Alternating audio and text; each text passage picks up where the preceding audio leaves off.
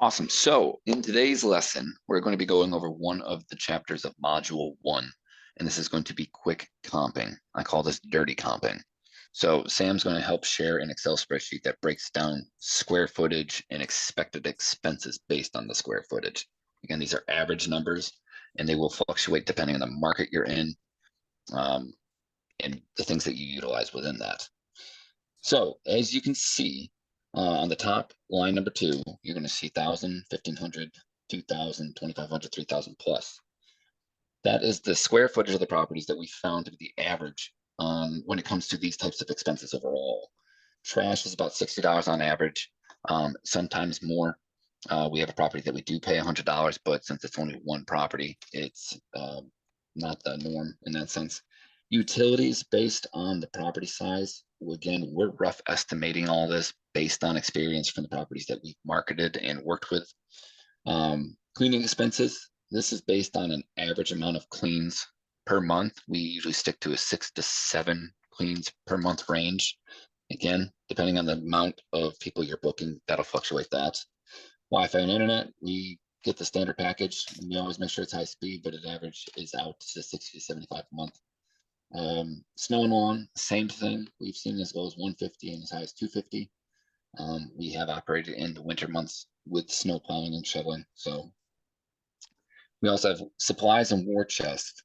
How much is that percent that you take out, Sam? Remind me real quick. Is Well, that a percentage? it's not. It really is dependent on the property, right? Okay. Because if you just renovated a home, then Mhm. obviously there's going to be less of a need for like a war chest. But typically, this is just kind of like a um, an amount that you can kind of save up for things that you need. Um, if you're doing arbitrage, you don't own the home, so Yep. under $500 of we will usually cover expenses that happen under a $500. So it's not a huge war chest that you need. So this is kind of just a general rule of like keeping and saving things because sometimes you'll all of a sudden order a $200 supply order, but then you Yep. won't have to order anything for 3 months. So this is kind of just a general rule. And all of these numbers are really just general. So that like you're looking at a 1,500 square foot house, how much on average? 2K on average. Let me quickly run numbers so that Mhm. basically what you're doing is you're able to, do I need to go further with this or do I stop here? So it's not meant for like your finalized decision. It's kind of just No. like a quick math so that we know if we want to Yep. proceed with conversation. Yep. Burn rate on the properties that you're finding. You just run through them and figure out if they work or they don't work. When you figure out this math, it's very short, sweet, to the point. You're going to find yourself going a lot faster and obtaining a lot more quality deals pretty rapidly. Um, Proper insurance, that's something that we have utilized a lot in the past as well. It does cost a lot more than it used to. They have raised the prices. We didn't put the other insurance that we're playing with right now. It is called Super Hog. I do recommend anybody that sees this to look into that. It's very affordable and it's up to $5 million in liability insurance. I would weigh the pros and cons of both proper insurance and Super Hog when making any of these decisions. That's why we're leaving proper insurance in here. Also, if you have a pool and a hot tub, this is kind of what to expect on average for the cleans. Hot tubs, we get cleaned once a week, or after every guest, depending, and it's about $50 per. And then yeah, pool cleaning is once a month, 200 to 250, sometimes 225. So, but look at the totals when you go up to line 11. You'll show the total expenses, and this is again a rough estimate on the expenses. It will change and vary depending on your situation by a couple $100, but nothing too crazy over this, I would say. Sam, if you could pull up a calculator, this is how we do dirty comps. That's my word for it. I just like saying dirty comp, truthfully. But so when you pull up a property, you're going to put that property into the software with that, and it's the software of your choice. But we prefer AirDNA. It is the most accurate data, in our opinion, so far from what we've utilized and seen.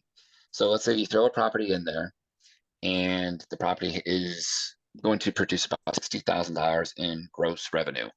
All right. So you're going to immediately divide that gross revenue by 12 because that's 12 months of the year. And that's going to display the gross revenue per month on average of what you might be able to take in when you operate an Airbnb or short-term rental. So if you're able to understand on a 2,000 square foot house, you're going to be roughly spending $2,400. If you can just always remember that, and it like ranges between that. We're gonna minus 2435 from that 5,000. And that is the remaining amount of money that you're hopefully going to have to pay off your rent, because that's not part of these expenses. Pay off your rent, your mortgage, or whatever is left over for, if you're co-hosting, the owner is going to take, and then your 20%. But that's different math here, actually. So this is only applicable for ownership and arbitrage. So if your rent's going to be $3,000, you're already $500 in the negative. This is not a deal. It will not work. So you're minus, yeah. So you're able to look at that math really fast. You get the gross revenue, you divide it by 12, you memorize, if you're able to, these numbers really quick here on this spreadsheet, just quick numbers, 1,500 square feet, $2,000. And we will share this, so this is Exactly. shareable for you, so you can always just go in and, you know, you'll get them in time, but we'll share Mhm. these with you so that if you need to look them up. Yep, exactly. So like I said, gross revenue, your monthly gross, you deduct the expense, you deduct your rent, and whatever comes after that is your profit. Is That's there a it. number your goal is to hit? Yes, as I would like to say, anything that provides a $2,000 net cash flow after expenses and rent, that's a deal. You need a buffer window because of seasonality and unpredictable market changes. You have to be able to have grace in your numbers so that if you ever go into the red, it's for a very short period of time. This is a buffer and it helps protect you from doing that. So if you can find a property to do anything above that, you're in the gold. Yeah, Cool. So